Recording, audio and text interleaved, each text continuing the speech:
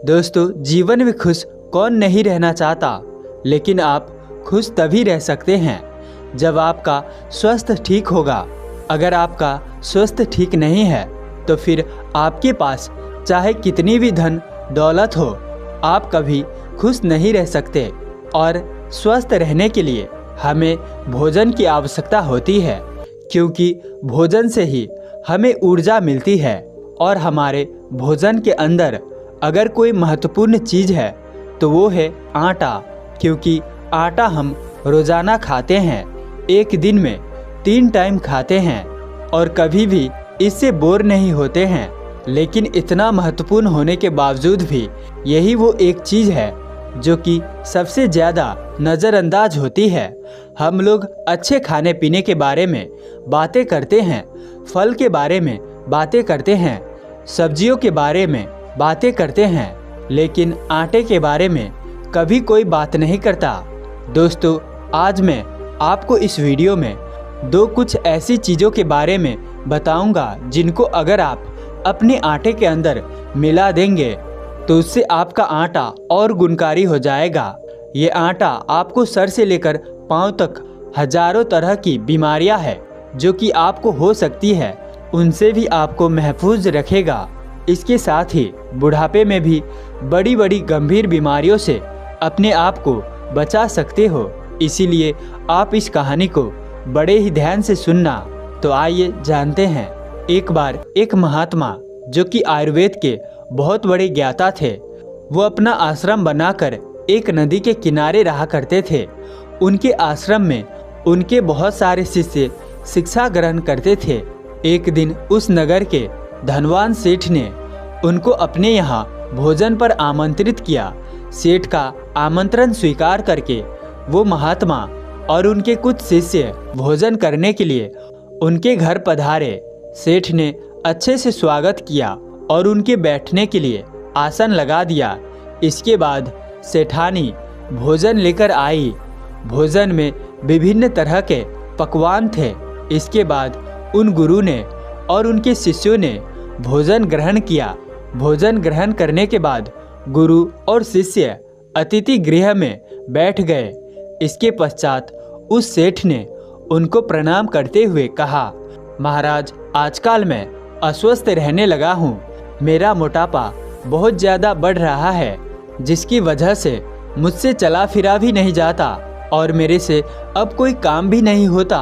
हे मुनिवर, कृपा करें। सेठ की बात सुनकर गुरु मुस्कुराए और बोले, सेठ जी, मेरी बात को ध्यान से सुनो। आज मैं आपको एक ऐसा तरीका बताऊंगा जिसे अपनाकर आप जीवन भर स्वस्थ रहेंगे। महात्मा की बात सुनकर सेठ बहुत प्रसन्न हुआ और उनसे पूछने लगा, महात्मा जी, आप मुझे वो तरीका अवश्य बताइए। फिर गुरु ने कहा, सेठ जी, आप अपनी पत्नी को भी यहाँ पर बुला लीजिए ताकि वो भी इसको सुन सके। फिर सेठ जी ने अपनी पत्नी को आवाज़ लगाकर वहाँ पर बुला लिया।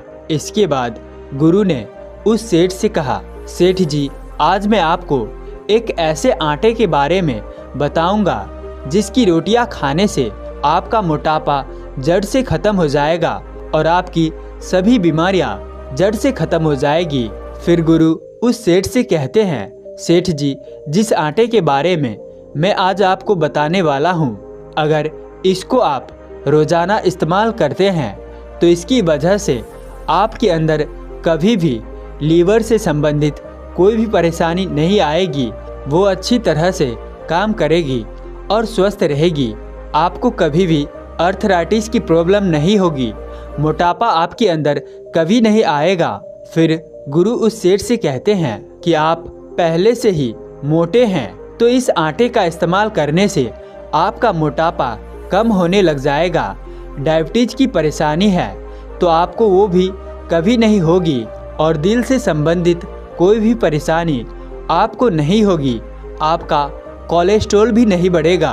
फिर गुरु उस सेठ से कहते हैं, सेठ जी, आजकल 100 से 90% लोग केवल गेहूं का आटा इस्तेमाल करते हैं और सिर्फ एक ही तरह के अनाज का आटा इस्तेमाल करने से क्या होता है कि जो दूसरे अलग अलग तरह के अनाज हैं, हम इनके गुणों से वंचित रह जाते हैं, क्योंकि हर एक अनाज में अलग अलग गुण होते हैं जो हमें नहीं मिल पाते हैं।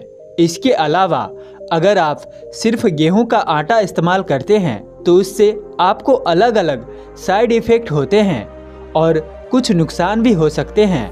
हमारे यहाँ जो गेहूं पैदा होता है वो हाइब्रिड होता है, जो कि आपके स्वास्थ्य के लिए बिल्कुल भी सही नहीं है, क्योंकि हाइब्रिड गेहूं को तैयार करने के लिए उसमें बहुत सारे केमिकल मिलाए जाते हैं, तब जाकर वो बीज तैयार होते हैं। लेकिन इस प्रक्रिया के दौरान जो बीज है वो बदल जाते हैं, कहीं ना कहीं वो अनाज के लिए नुकसानदायक भी हो सकते हैं। और इस तरह का अनाज खाने से, इस तरह का गेहूं खाने से आपको फ़ायदे की जगह नुकसान ही होता है और बहुत सारी बीमारियां भी आपको पैदा हो सकती है।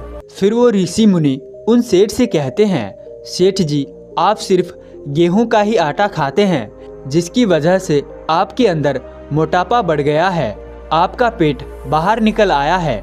अगर आपको डायबिटीज है तो आपको ब्लड शुगर हो सकती है। अगर आपको एलर्जी है तो उसकी वजह से आपके अंदर एलर्जी और बढ़ सकती है। और अगर आपको थायराइड की प्रॉब्लम है तो उस स्थिति में भी आपके लिए गेहूं खाना नुकसानदायक होता है। तो ऐसी बहुत सारी प्रॉब्लम है जो सिर्फ गेहूं का आटा खाने से आपके अंदर हो सकती है।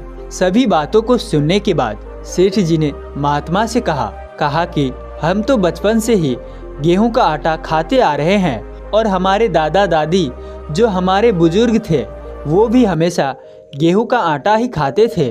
उन्हें भी कभी कोई बीमारी नहीं हुई और वो तो बुढ़ापे में भी स्वस्थ रहते थे। तो ऐसा कैसे हो सकता है कि अगर हम सिर्फ गेहूं का आटा खाएंगे तो ये प्रॉब्लम हमारे अंदर हो जाएगी। फिर महात्मा उस सेठ से कहते हैं कि सेठ जी गेहूं का आटा खाने से जितनी भी प्रॉब्लम होती है, जिनके बारे में अभी मैंने जिक्र किया था, ये सब की सब पूरी तरह से सत्य है। इसको वैज्ञानिकों ने भी मान लिया है और ये आपको नुकसान पहुंचाती है। लेकिन दिक्कत ये है कि ये जो परेशानी आपके अंदर गेहूं का आटा खाने से उत्पन्न होती है वो बहुत धीरे धीरे उत्पन्न होती है और अक्सर हम लोग इसे गेहूं के आटे से जोड़कर देखते ही नहीं है। और आप जिन डॉक्टर के पास जाते हो वो भी आपकी प्रॉब्लम को आटे से जोड़कर नहीं देखते और ना ही हम इसके बारे में सोचते हैं, क्योंकि हमें इसके बारे में जानकारी ही नहीं है और ना ही हमें इसके बारे में कुछ भी बताया जाता है। फिर महात्मा उस सेठ से कहते हैं कि सेठ जी आपके दादा दादी जो गेहूं का आटा खाते थे वो पेस्टिसाइड वाला गेहूं नहीं होता था। पेस्टिसाइड का इस्तेमाल और हाइब्रिड बनाने का जो प्रक्रिया है ये सारी अब शुरू हुई है। हमारे दादा दादी की समय हाइब्रिड गेहूं नहीं चलता था और यही वजह है कि आपके दादा दादी गेहूं का आटा खाने के बावजूद भी स्वस्थ रहा करते थे। एक चीज़ और जो मैं आपको बता दूं कि ये जो हमारे बुजुर्ग थे ये एक ही तरह के अनाज पर निर्भर नहीं रहते थे। वो चावल का आटा भी खाते थे, बाजरे का आटा भी खाते थे। मौसम के हिसाब से जो आटा उनके यहाँ पैदा होता था उसी अनाज का वो लोग आटा खाते थे। सिर्फ और सिर्फ गेहूं के आटे पर निर्भर नहीं रहते थे और इसी वजह से वो लोग ज़्यादा स्वस्थ रह पाते थे। गुरु की बात सुनकर सेठ जी ने उनसे कहा, गुरुदेव मैं तो शुरू से ही गेहूं का आटा खाता आया हूं और इसके अलावा मेरे पास कोई उपाय भी नहीं था। सेठ जी की बात सुनकर गुरु उनसे कहते हैं कि सेठ जी आपको इस स्थिति में अपने आटे में बदलाव करना है जिससे आपको नुकसान भी नहीं होगा और आप जीवन भर स्वस्थ भी रहेंगे। गुरु की बात सुनकर सेठ जी ने उनसे कहा, तो हमें ऐसा क्या करना है, अपने आटे में ऐसा क्या बदलाव करना है कि जिससे हमें गेहूं के आटे को खाने से नुकसान नहीं हो और हम स्वस्थ रहें। कृपा करें आप हमें बताइए। सेठ जी की बात सुनकर गुरुजी ने उनसे कहा, सेठ जी इस आटे को हेल्दी बनाने का जो तरीका है वो बहुत ही ज़्यादा आसान है। इसमें सिर्फ आपको कुछ ही चीज़ों को मिलाना है जिससे ये आटा हेल्दी और फ़ायदेमंद हो जाएगा। जिससे जो नुकसान आपको गेहूं के आटे से हो सकते थे वो सब आपको नहीं होंगे। इसके लिए आपको अपने आटे में सिर्फ 4 चीज़ों को मिलाना है, जिसमें पहली चीज़ है चना, दूसरी चीज़ है रागी और तीसरी चीज़ है बाजरा और चौथी चीज़ है जौ। अगर आप इनको पीसकर गेहूं के आटे में मिला लेते हैं तो इससे आपको आटे से जो नुकसान हो सकते थे वो नहीं होंगे, बल्कि ये आपके लिए बढ़िया बन जाएगा। बहुत सारी अलग अलग तरह की परेशानी जो कि आपके अंदर हो सकती है वो नहीं होगी और बुढ़ापे तक आप स्वस्थ रहेंगे। फिर गुरु उस सेठ जी से कहते हैं, सेठ जी सबसे पहले बात करते हैं चने के बारे में। आपको काबुली चने लेने हैं। जो काबुली चने होते हैं ये प्रोटीन का बहुत अच्छा स्रोत होते हैं। इनमें प्रोटीन बहुत ज़्यादा पाया जाता है और ये आपके अंदर वज़न कम करने में बहुत ज़्यादा मदद करते हैं। यानी ये जो आपके मोटापे की शिकायत है और आप चना अपने आटे में मिला लेते हैं तो इससे आपको वज़न घटाने में काफ़ी मदद मिलती है। अगर आप डायबिटिक है और आपका ब्लड शुगर बढ़ा रहता है, उस स्थिति में भी आपको चने का आटा मिलाने से बहुत ज़्यादा फ़ायदा होगा, क्योंकि चना आपकी बढ़ती हुई ब्लड शुगर लेवल को कंट्रोल करने में काफ़ी ज़्यादा मदद करता है। चने के अंदर फाइबर काफ़ी होता है तो उसकी वजह से आपको कब्ज़ की शिकायत भी नहीं होती। इसके अंदर आयरन भी होता है तो इससे आपकी बॉडी के अंदर खून की कमी अच्छी तरह से पूरी हो जाती है। इससे खून बहुत अच्छी तरीके से बनता है। चना जो है ये आपके बढ़े हुए कोलेस्ट्रॉल को कम करने का काम करता है। तो अगर आपको कोई हार्ट रिलेटेड प्रॉब्लम है तो उस स्थिति में भी ये आपको काफ़ी ज़्यादा हेल्प करता है। इसके बाद हम बात करते हैं रागी के बारे में। रागी के अंदर कैलोरी बहुत ज़्यादा कम होती है, जिसकी वजह से आपका वज़न कम होता है। क्योंकि रागी में कैलोरी कम है तो उसकी वजह से ये डायबिटीज़ के केस में भी काफ़ी अच्छा फ़ायदा देता है। ये ब्लड शुगर को कंट्रोल करने में आपकी काफ़ी ज़्यादा मदद करता है। रागी के अंदर कैल्शियम भी काफ़ी ज़्यादा मात्रा में पाया जाता है तो ये आपके जोड़ों को, हड्डियों को काफ़ी ज़्यादा मजबूत बनाता है। बुढ़ापे में भी आपकी हड्डियों को मजबूत रखता है और इसके साथ ही इसमें फाइबर की मात्रा ज़्यादा होती है, जिससे ये आपके डाइजेशन को मजबूत बनाता है और कॉन्स्टिपेशन को भी दूर करने का काम करता है।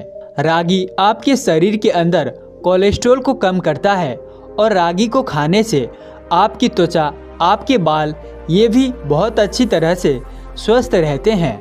रागी के अंदर कुछ ऐसे न्यूट्रिशन होते हैं जो कि आपके बालों की ग्रोथ को बढ़ाते हैं। जिनके अंदर गंजापन हो रहा है, जिनके बाल बहुत ज़्यादा सफ़ेद होने लगे हैं, बाल झड़ने लगे हैं, तो इसमें आपको काफ़ी ज़्यादा मदद मिलेगी।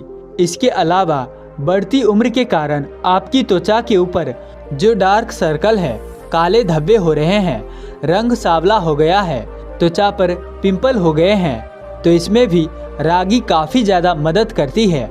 आपकी त्वचा को अंदर से निखारती है और दाग धब्बे, पिंपल को ख़त्म करती है।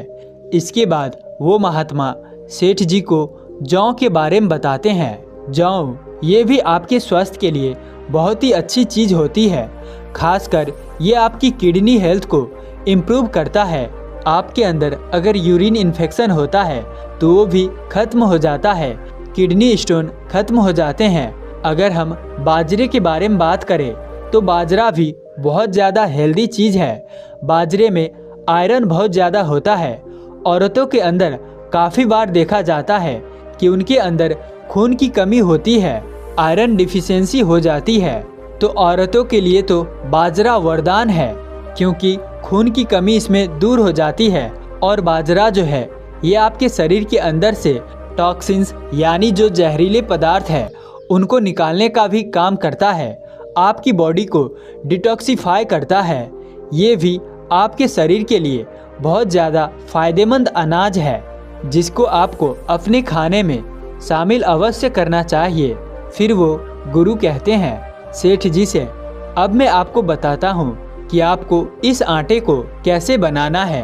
आपको जो मैं तरीका बता रहा हूँ, इसमें आपको जो मात्रा बता रहा हूँ, अगर आप मात्रा ऊपर नीचे करते हैं तो ये उतना फ़ायदेमंद नहीं रहेगा। इसीलिए आप मात्रा का ध्यान अवश्य रखें। फिर चाहे आप 10 किलो आटे की जगह 20 किलो आटा बनाना चाहे तो इस हिसाब से आप इन चीज़ों की मात्रा को ऊपर नीचे कर सकते हैं। इसीलिए आपको मात्रा पता होनी चाहिए। इस चीज़ को अपने ध्यान में रखिए। आपको 10 हिस्से गेहूं आटे के लेने हैं, उसमें आपको 2.5 हिस्सा चने के आटा का मिलाना है, 2 हिस्से जौ के आटे के मिलाने हैं और 1 हिस्सा रागी का आटे का मिलाना है। इस आटे को बनाने का जो बेस्ट तरीका है वो ये है कि आप इन सभी चीज़ों को साबुत ले लें। आप चना भी साबुत ले, आप रागी भी साबुत ले, आप जौ भी साबुत ले और बाजरा भी साबुत ले और इनको अच्छी तरह से पानी में धोकर धूप में सुखा ले और इसके बाद इनको अलग अलग पिसवाएं। अगर इस तरीके से आप कर लेंगे तो आपके लिए बहुत अच्छा होगा।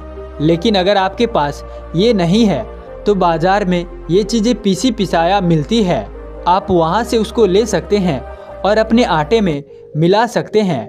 लेकिन अगर आप इन चीज़ों को खुद पिसवाते हैं तो आपको हमेशा ये ध्यान रखना है कि एक जगह मिलाकर आपको इनको नहीं पिसवाना है, अलग अलग ही इनको पिसवाए और अलग अलग रखना है। क्योंकि जब आप इनको साथ में पिसवाते हैं तो पहली चीज़ तो ये है कि ये आटा अच्छे से पिसता ही नहीं, क्योंकि ये सब चीज़ें अलग अलग साइज की होती है तो पिसने में थोड़ी दिक्कत आती है। दूसरी प्रॉब्लम ये आएगी कि जो पिसा हुआ आटा है आप एक जगह मिला लेंगे तो उसको अगर आप लंबे समय तक रखेंगे तो वो बहुत जल्दी खराब हो सकते हैं, उसके अंदर कीड़े पनप सकते हैं या अन्य तरह की परेशानी भी हो सकती है। इसीलिए आप आटे को अलग अलग स्टोर करके ही रखें और जब भी आपको रोटी बनानी हो तो मैंने आपको मात्रा बताई है, उसी के अनुसार आपको ले लेना है और आपको सभी आटा मिलाकर रखना है। तो 2 या 3 दिन का आप एक साथ मिलाकर रख सकते हैं। ज़्यादा से ज़्यादा आप 1 हफ्ते तक के लिए आटा मिलाकर रख सकते हैं। इससे ज़्यादा आपको स्टोर नहीं करना है, क्योंकि 7 दिन के बाद वो आटा खराब होना शुरू हो जाता है। फिर वो गुरु सेठ जी से कहते हैं, अब से आपको इस आटे से बनी हुई रोटियां ही खानी है। फिर देखना 20 से 30 दिन के अंदर अंदर ही आपके शरीर में चमत्कारी परिवर्तन होंगे। आपका मोटापा गायब हो जाएगा और आपके शरीर के अंदर जितनी भी बीमारियां हैं वो धीरे धीरे खत्म हो जाएगी। गुरुजी की बात सुनकर सेठ जी कहते हैं, महाराज आपका बहुत बहुत धन्यवाद। आप जैसे महात्मा के दर्शन हुए, आपसे उपदेश पाकर मेरा जीवन धन्य हो गया।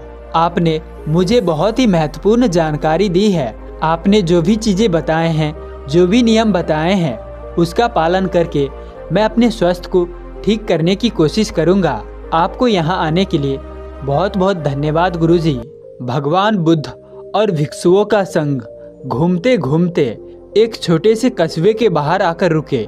एक जवान लड़का संकुचा हुआ भगवान बुद्ध के पास आया और बोला, मेरे पास केवल 7 दिन है। मेरा परिवार रिश्तेदार की शादी में दूसरे गांव गया है। 7 दिनों में कोई डिस्टरबेंस नहीं, कोई जिम्मेदारी नहीं। मैं इन्हीं 7 दिनों में खुद को बदलना चाहता हूँ। मैं जानता हूँ अगर मैंने खुद को बदल लिया तो मेरा जीवन बदल जाएगा। कृपया मेरी मदद कीजिए। भगवान बुद्ध ने पूछा, अच्छा तुम चाहते क्या हो? लड़के ने कहा, हे तथागत, मैं मन से दुखी नहीं रहना चाहता, कभी फंसा हुआ और परेशान महसूस करना नहीं चाहता हूँ, जीवन में सफल होना चाहता हूँ। लड़के की बात सुनकर कुछ लोग हंसने लगे। ये लोग इसी कस्बे के रहने वाले थे। उनमें से एक ने धीमी आवाज में कहा, तथागत आप इस नादान लड़के पर ध्यान मत दीजिए। ये तो आने जाने वाले हर नए व्यक्ति से ऐसी ही ऊंची बात करता है। उस व्यक्ति ने और धीमे स्वर में कहा, इसे करना धरना कुछ नहीं है। ये पूरे गांव में मक्कारी और सुस्ती के लिए प्रसिद्ध है। गांव वालों की बातें सुनकर लड़का बोला, अब मैं सच में बदलना चाहता हूँ। मैं अपने अंदर विश्वास महसूस करना चाहता हूँ, साथ में ऐसा जीवन चाहता हूँ जहाँ मुझे सफलता के साथ साथ किसी चीज की कमी ना हो। लड़के की बातें भिक्षुओं के गले के नीचे नहीं उतरी। उन्होंने आपस में कहा, ये 7 दिन में सब कुछ पाना चाहता है, मन की शांति और जीवन में सफलता। ये लड़का कैसी असंभव बातें करता है। तथागत ने सबकी बात सुनी और उस पल लड़के की मन की सच्चाई भी महसूस की। गौतम बुद्ध मुस्कुराए और बोले, तुम्हारे पास 7 दिन है, इतना ही काफी है। उन्होंने कहा, तुम मुझे जल्दी से 7 खाली पत्र दे जाओ, फिर शाम को मिलना। जब शाम को लड़का आया तो तथागत कुछ लिख रहे थे। लिखना खत्म करके तथागत ने उसे 7 पत्र दिए और कहा, हर दिन एक पत्र खोलना और पत्र में एक काम लिखा है। हर दिन तुम ईमानदारी से इनमें से एक काम करना, तुम्हारा जीवन बदल जाएगा। तथागत को प्रणाम करके लड़का घर चला आया। पहला पत्र, बेबसी की सुबह। लड़के ने पहला पत्र खोला। उसमें लिखा था कि जल्दी सुबह मदिरा ले जाओ, वहाँ का दृश्य देखो और गहराई से सोचो, फिर लौटकर पीछे लिखा पत्र पढ़ो। लड़के ने आश्चर्य किया कि मुझे तथागत सुबह सुबह ऐसी जगह क्यों भेज रहे हैं। लेकिन जब वह सुबह सुबह वहाँ पहुँचा तो उसने विस्मय से देखा कि यहाँ मदिरालय के बाहर कुछ लोग सड़क पर इधर उधर पड़े हुए थे। इनका रात का नशा अभी तक नहीं उतरा है। एक 30 साल का आदमी नाली में पड़ा हुआ था। उसे माँ उठा रही थी और रोते हुए कह रही थी, बेटा तू मानता नहीं, हर रात यहाँ आ जाता है। होश में आकर वो बेटा भी रोने लगा। उसने कहा, माँ मैं आदत के सामने बेबस हूँ, मेरा जीवन नष्ट हो रहा है। फिर माँ और बेटे दोनों रोने लगे। लड़के को झटका लगा। उसे एहसास हुआ कि असली बेबसी क्या होती है। आकर उसने पत्र खोलकर पढ़ा। उसमें लिखा था, पहला सीख, ना बदलने की कीमत देखो, तुरंत निश्चय करो। आज तुमने देख लिया कि जो इंसान कभी बुरी आदतों को छोड़ने का दृढ़ निश्चय नहीं करता, वो और कमजोर होता जाता है, खुद की नज़रों में गिरता जाता है और फिर बुरी आदतें उस पर हावी हो जाती है। इंसान का खुद से हार जाना बेबसी की चरम सीमा है। जैसे इन लोगों ने अपना जीवन बर्बाद कर लिया है, वैसे ही अगर तुम अपनी छोटी छोटी बुरी आदतें नहीं बदलते, आलस और कमजोरी नहीं छोड़ते, तो ये आदतें तुम पर हावी होती जाएंगी। तुम भी खुद पर बोझ बन जाओगे। इसलिए आज तुम अपने जीवन में देखो कि अगर मैंने पुरानी आदतें नहीं छोड़ी तो आज से 10 साल बाद मेरा कितना नुकसान होगा, किन कष्टों की, किन परेशानियों से मुझे और मेरी परिवार को गुजरना पड़ेगा। मैं नहीं बदला तो मेरा शरीर, मेरा घर कैसा होगा। जब तक ये चित्र स्पष्ट ना हो जाए तब तक सोचते रहो, रुकना नहीं। ये आज का अनिवार्य काम है। जैसे ही तुम्हें अपनी बुरी आदतों का भविष्य स्पष्ट हो जाए, वैसे ही बुरी आदतों को छोड़ने का दृढ़ निश्चय करो। उन्हें जीतने के लिए तत्पर हो जाओ, नहीं तो कभी खुद पर गर्व नहीं कर पाओगे, जीवन में कभी आगे नहीं बढ़ पाओगे। पत्र पढ़कर लड़का काफ़ी देर तक सोचता रहा कि कौन सी आदतें मुझे परेशान करती है। वो बार बार विचलित हुआ। उसे कठिनाई भरा भविष्य देखने में बेचैनी भी हुई, लेकिन वो देखता रहा। देर शाम को उसने दृढ़ निश्चय किया कि अब मैं कमज़ोर नहीं पड़ूंगा। अभी से मेरी नई जीवन यात्रा शुरू होती है। सबसे पहले काम चोरी और आलस से दूर करूंगा। बिना सोचे बड़ी बड़ी बातें नहीं करूंगा। दूसरा पत्र, शमशान की शांति। दूसरा दिन हुआ। दूसरे पत्र में लिखा था, शमशान जाओ। लड़का पहले 2 बार शमशान आया था, लेकिन आज उसका मन नहीं लग रहा था। मन में कल की बातें चल रही थी। वो बार बार बीते समय के बारे में सोच रहा था कि मैं कितना नासमझ हूँ। मैंने इतने साल यूं ही निकाल दिए। मेरे अंदर कितनी कमियां हैं। मुझे बहुत कुछ सुधारना है। तभी एक बूढ़े बाबा ने कहा, क्या हुआ जवान, तुम अकेले बैठे हो, अपनी अंतिम मंजिल देखने आए हो क्या? अचानक लड़के को एहसास हुआ कि मैं अपनी कमियों को, गलतियों को अपनी सफलता और असफलता को इतना चिपकाए घूम रहा हूँ, ये स्थायी नहीं है। उसी पल से लड़के को बहुत हल्का महसूस हुआ। उसकी सारी निराशा गायब हो गई। उसने घर आकर पत्र पलट कर देखा। उसमें लिखा था, अब तुमने अनुभव कर लिया होगा कि कोई कमी, कोई असफलता हमारी नहीं है, लेकिन फिर भी इंसान अपनी हार और कमियों का मानसिक बोझ उठाए फिरता है। इसीलिए तुम सारी कमियों को नीचे रख दो। आज से कोई भी कर्म कमजोरी से मत करो। ये मत कहो कि मुझे आत्मविश्वास चाहिए, मैं बहुत कमज़ोर हूँ, बल्कि ये कहो कि मुझे खुद पर विश्वास है। मैं जो चाहता हूँ उसे शुरू करता हूँ और अच्छी तरह से पूरा करता हूँ। तीसरी पत्र, घोड़े की सवारी। तीसरे दिन के पत्र में लिखा था कि घोड़ी की दौड़ देखकर आओ। तुरंत उठा और पास के शहर पहुँचा, जहाँ घोड़ दौड़ शुरू होती थी। पूरा दिन रेस देखते देखते वो सोचने लगा कि यहाँ से तो छोटी छोटी सीखने वाली बहुत सारी बातें हैं, पर वो खास सीख क्या है जिसके लिए गौतम बुद्ध ने मुझे यहाँ भेजा है। अचानक उसका ध्यान आखिरी रेस पर गया। अचानक से उसे समझ आया कि वही घुड़सवार जीतते हैं जो अपनी नज़र केवल सामने रखते हैं, क्योंकि अगर घुड़सवार थोड़ा सा भी मुड़ते हैं तो तेज भागते हुए घोड़े का संतुलन बिगड़ता है, उसकी चाल बदलती है और गति भी कम हो जाती है। लड़का संतुष्ट होकर घर चला गया। तीसरे पत्र की सीख लिखा था, जो चाहिए केवल उसे देखो, वही बनकर जियो। दोस्तों, आज तुमने गहरी बात सीखी। अधिकतर लोग दुख से बचने के लिए कुछ करना चाहते हैं। उनका कोई स्पष्ट लक्ष्य नहीं होता जो उन्हें प्रेरित कर सके। उनकी नज़र हमेशा कमी और कमजोरियों पर बनी रहती है। इसीलिए जैसे ही स्थिति थोड़ी बिगड़ती है तो डर, चिंता के कारण उनका ध्यान भटक जाता है।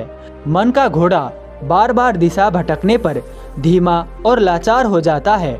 इसीलिए पहले ऐसे लक्ष्य बनाओ जो तुम सच में पाना चाहते हो, जो तुम्हें प्रेरणा देता है।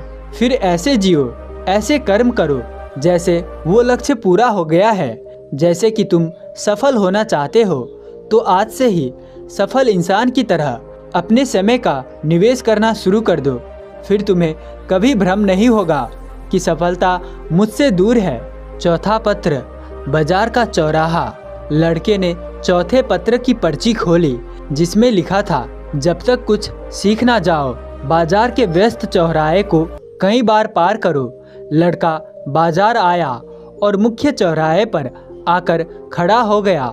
उसने देखा काफी व्यस्तता है।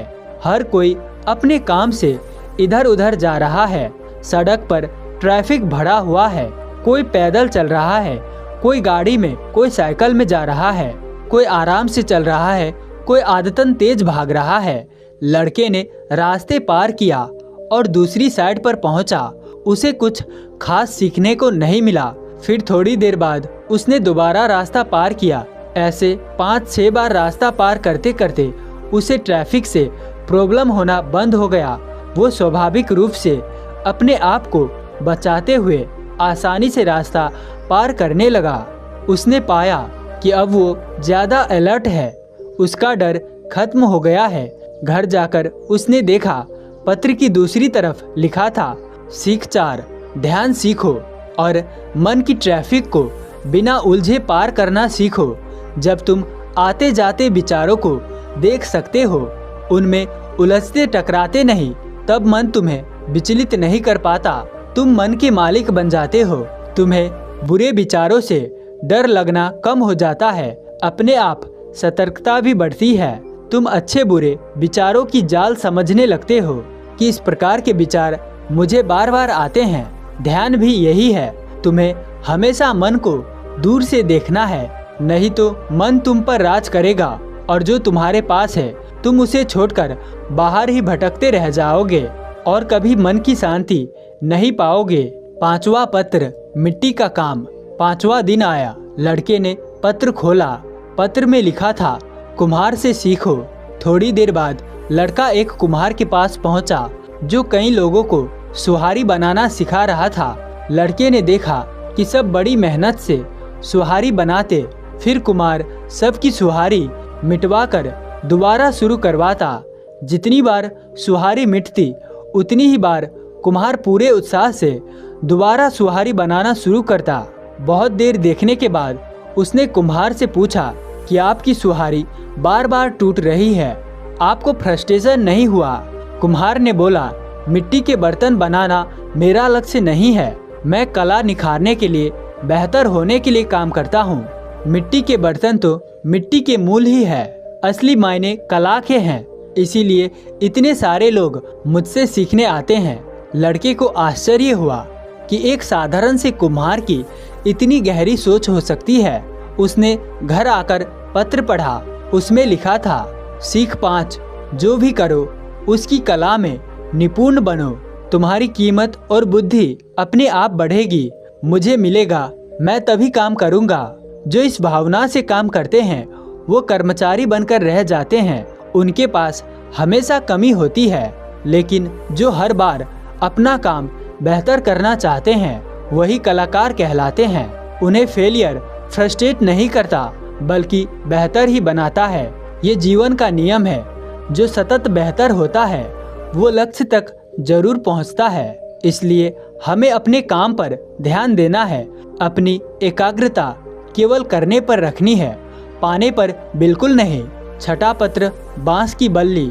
छठे पत्र में लिखा था, बांस के खेत में जाओ। लड़का खेत पहुंचा, कई सारे बांस के पेड़ों के झुंड लगे हुए थे। बहुत देर तक सोचता रहा कि मैं यहाँ से क्या सीखने वाला हूँ। तभी उसकी नज़र कुछ झुकी हुई बांस की शाखाओं पर पड़ी। उसने किसान से पूछा कि क्या ये खराब हो गया है? किसान ने कहा, बिल्कुल नहीं, जो बांस जितना मजबूत और लंबा होता है उतना ही ज़्यादा झुकता है। बांस बहुत लचीला होता है, इसीलिए जब तूफान आता है तो बांस के पेड़ को कोई तकलीफ नहीं होती। लड़का घर आकर वो छठवां पत्र पढ़ने लगा। स्वीकार करने से दुख मन की सुंदरता और संघर्ष शक्ति में बदल जाता है। दुख से दूर मत भागो, जीवन में अचानक से दुख आएगा, कभी धोखा भी होगा, इसीलिए उसे स्वीकार करो कि सब कुछ एक सा नहीं रहता। फिर अपनी सांस, विचार और भावनाओं पर ध्यान देकर स्वयं दुख का कारण समझो। इस पल को ना स्वीकार करना, इस पल में ना रह पाना दुख है।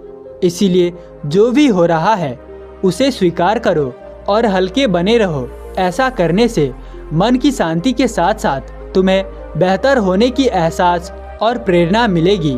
सातवां पत्र सतत अभ्यास। आखिरी दिन लड़के ने सातवां पत्र खोला। पत्र में लिखा था, आज तुम्हें कहीं नहीं जाना, पर यह समझना है कि सफलता पाई नहीं जाती, मन की शांति पाई नहीं जाती, बल्कि हर दिन अभ्यास की जाती है। जब तक ये अभ्यास स्वाभाविक ना हो जाए, पिछले 7 दिन में तुम्हें 7 सबक मिले जो अभी तुम्हारे मन के लिए विदेशी सिद्धांत है। तुम्हें इन्हें अपना बनाने के लिए यानी मन में उतारने के लिए सतत अभ्यास करना होगा, तब जाकर मन इन्हें स्वीकार करेगा। जो मन में उतर गया है वो अपने आप जीवन में सांस के साथ उतर जाएगा। तथागत ने आखिरी में लिखा, अब हर दिन एक पत्र को पढ़ना और हर दिन विशेष रूप से एक चीज को ध्यान में रखना, ध्यान में रखकर प्रयास करना। फिर तुम्हारे लिए जीवन में किसी भी चीज को पाना या मन की शांति को पाना मुश्किल नहीं है। तुम्हारे लिए सब कुछ सुलभ हो जाएगा। लड़के को गौतम बुद्ध की सारी बात समझ में आ गई। उसने पहले दिन के कमिटमेंट को याद किया और काम पर लग गया। आदतों के सामने शिथिल मत पड़ो। बुरी आदतों का जीवन पर असर समझकर इन्हें दूर करने का दृढ़ निश्चय करो, क्योंकि इंसान का खुद से हार जाना बेबसी की चरम सीमा है। दूसरा सीख, कमियों और असफलताओं का बोझ नीचे रखो। कोई भी कर्म कमजोरी से मत करो। ये मत कहो मुझे आत्मविश्वास चाहिए, मैं बहुत कमजोर हूँ, बल्कि खुद पर विश्वास करो कि मैं जो सोचता हूँ उसे शुरू करता हूँ और अच्छी तरह पूरा करता हूँ। अगली सीख, भविष्य से जियो। जो लक्ष्य चाहिए उसे देखो और वही बनकर जियो। मन का घोड़ा बार बार दिशा भटकने पर बेचैन और धीमा हो जाता है। लक्ष्य को सच मानकर अभी में जीना शुरू करो।